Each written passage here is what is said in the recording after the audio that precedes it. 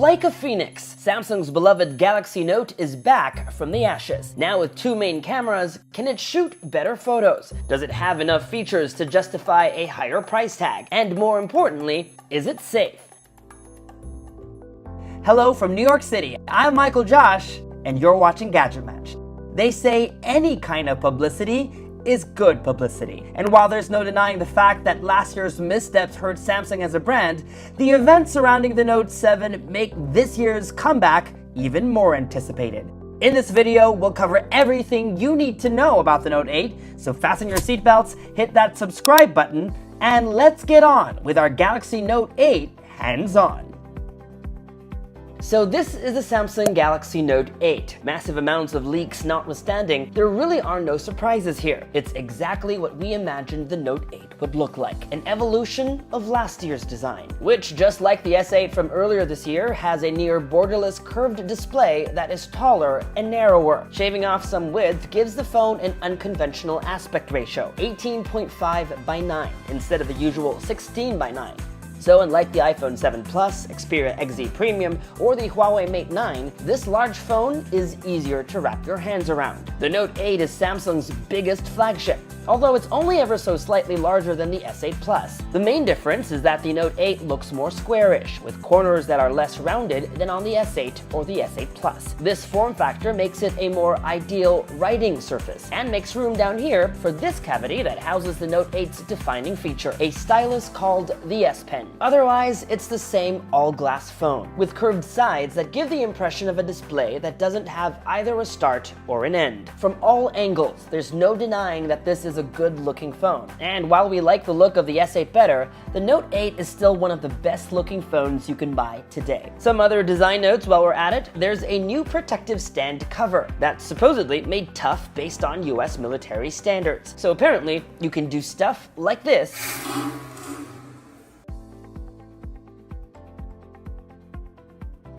And this.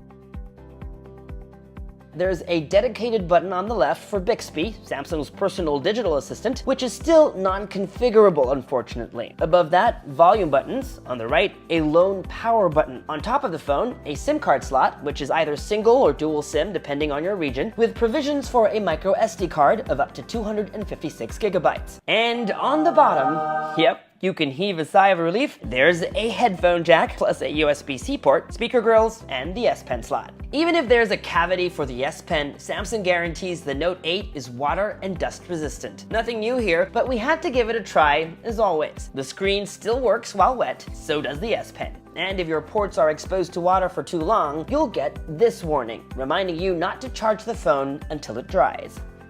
Also in change is Samsung's slew of security features. Apart from the usual pin and pattern are the usual suspects. A pretty fast fingerprint sensor still awkwardly placed beside the camera, but now with a flash module in between, and a bit more indentation, making the camera lens a little less susceptible to accidental smudging. There's still facial recognition, which based on our tests is still spoofable with a photo. See here. But there's a new setting which makes spoofing a pain. The most secure way of locking your phone, however, is of course the iris scanner, and we didn't notice any difference either in terms of unlock times or accuracy. Not that we had any complaints before, it still works like a charm. Either of the biometrics options can also be used in conjunction with Android Pay and Samsung Pay if that service is available in your region.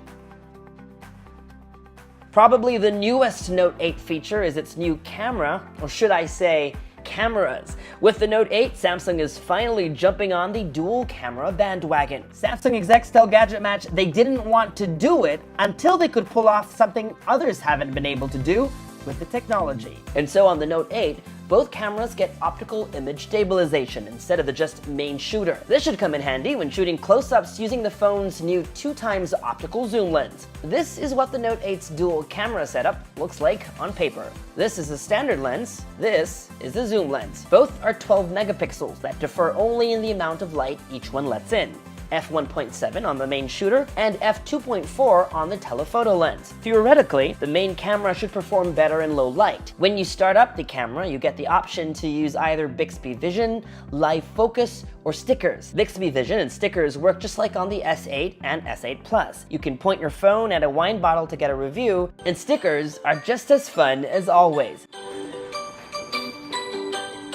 But the new feature is live focus, which uses the second camera to create a blur behind your subject, like portrait mode on the iPhone 7 Plus, if you will. This has been done before by many other smartphone brands. But what's nice about Samsung's take is that you can adjust the amount of blur while taking the shot and after. That means you can dial down with a quick adjustment if things look too unrealistic, which is most often the case.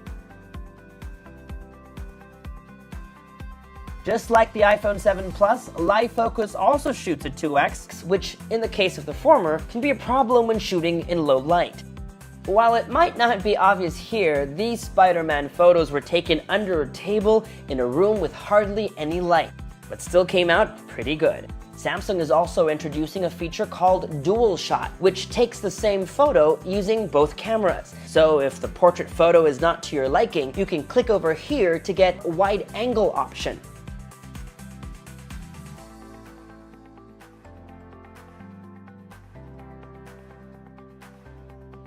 Here are more photo samples taken on the Note 8.